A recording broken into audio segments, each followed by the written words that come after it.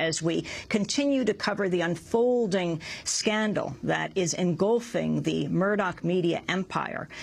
We're joined by Ian Katz, deputy editor of The Guardian newspaper, which first broke the story, and Sarah Smith, the D.C. correspondent for Channel 4 News. She's joining us from Washington. One last issue of the late developing news. The second in command at Scotland Yard, Ian Katz, who's taking over command right now, it looks like he also could be sacked. Well, he's not quite the second in command. He's the number 3 at the Met, but he's a terribly significant figure. He's in charge of all anti-terror policing in the UK, which is obviously a critical role. His name is John Yates, and he is the man who picked up the investigation into hacking after The Guardian began running stories about it in July 2009. He is the man who came out within the space of 12 hours and said, there is no new evidence here, there's no reason to look at this. And that's a terrible, terrible error, because obviously we've seen subsequently that they were sitting on masses of information that needed to be investigated. He hasn't gone just yet, but I think we'll see him either suspended or resign any minute now. I want to bring Sarah Smith and Ian Katz. I'd like to ask you to stay with us. The significance of this, what this means for the relationships between the media, the government, the police in your country, in Britain.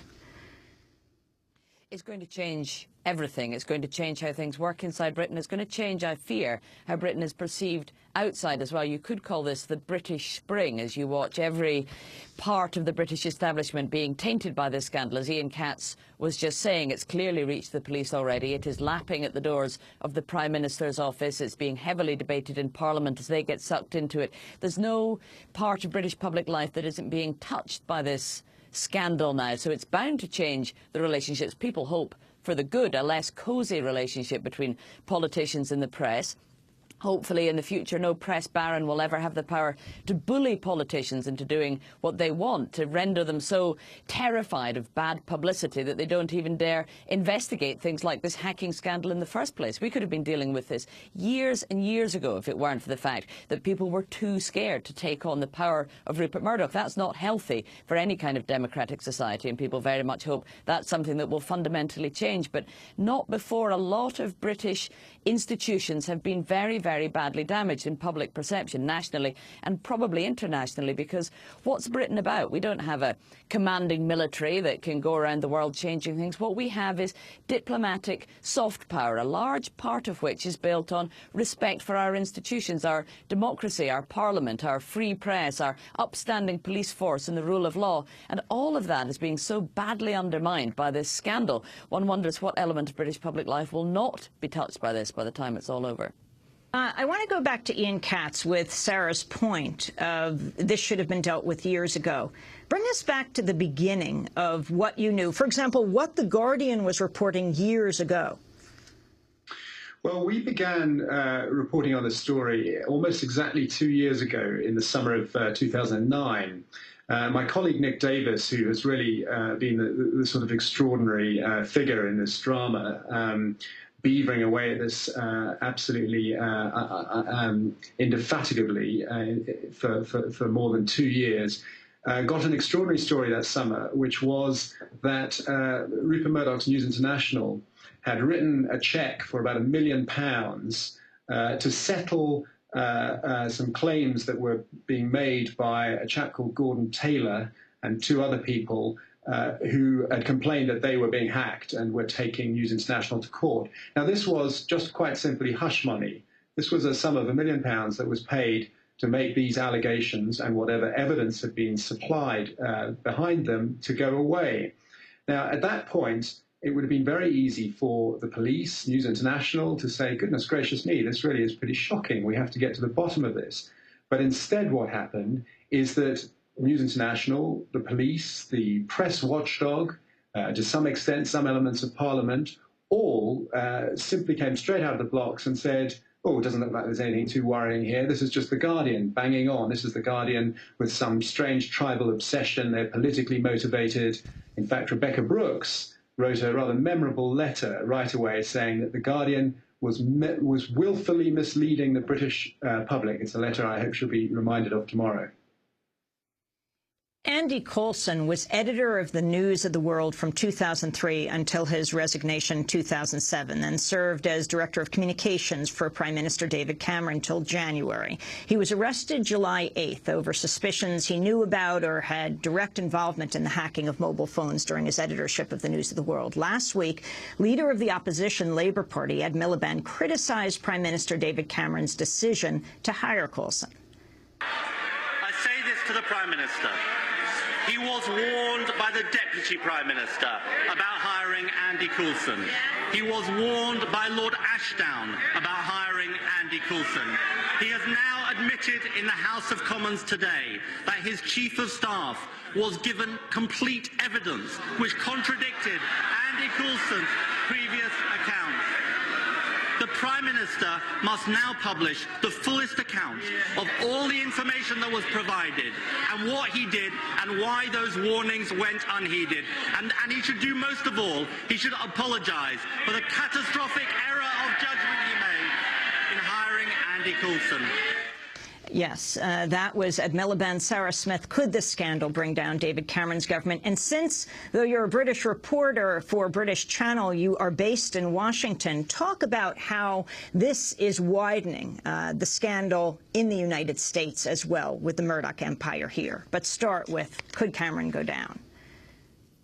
I doubt you're going to see the government go down. I doubt you're going to see the Prime Minister go down. It is hugely embarrassing for him for all the reasons that you heard Ed Miliband, the leader of the opposition, enumerating there. It was a dreadful mistake hiring Andy Coulson.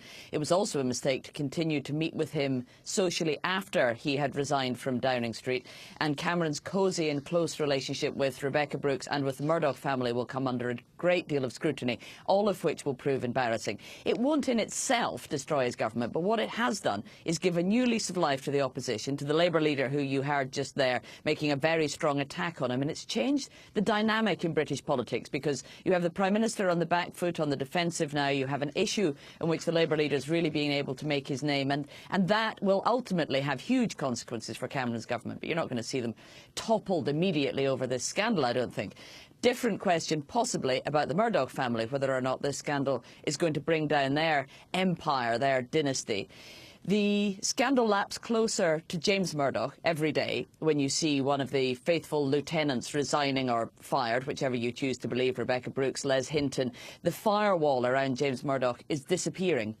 We'll see him in front of Parliament tomorrow. We'll see what happens when MPs start questioning him there. But there are very significant questions for James Murdoch. And investors in the UK and particularly in the US are starting to worry about his leadership of this company if he were to take over. He's the obvious heir apparent. He's supposed to be inheriting running News Corp. And actually he's been presiding over this scandal, which has done huge damage, not just to the reputation of the company, but to its share price. These investors are losing a great deal of money as they're watching the share price go down as this scandal gets bigger and bigger. And they are, of course, asking very serious questions about whether any Murdoch is the right person to be running News Corp. And that's how it's really going to hurt them here in the States. I think investors are going to be more worried about the price of this rather than the political price of it. Rupert Murdoch's position in American public life is very different from that in Britain. He's not the all-powerful figure here that he is in the United Kingdom. But the investors, they've got the power to do something about this if they're worried about their share price. There's some very interesting figures on News Corp's board that are based right here in the United States. For example, Joel Klein, well known to New Yorkers. He was the former school's chancellor.